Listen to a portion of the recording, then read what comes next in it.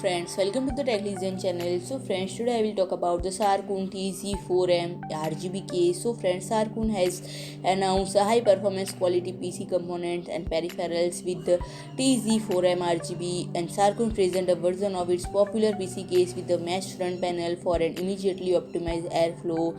And friend, the ATX case also offer 4-pin install and fully addressable RGB fan with a diameter of 120 mm, and despite its compact design, it should also be able to accommodate demanding hardware components. And instead of a front panel made of tempered glass, it is equipped with an air-permeable mesh grille. And the characteristic look to the TZ series with the see-through front and side panel has been retained. And but this time it aimed to be optimized airflow. It is supported by 3 pre-installed 120 mm fans behind the front panel and another identical fan at the rear panel.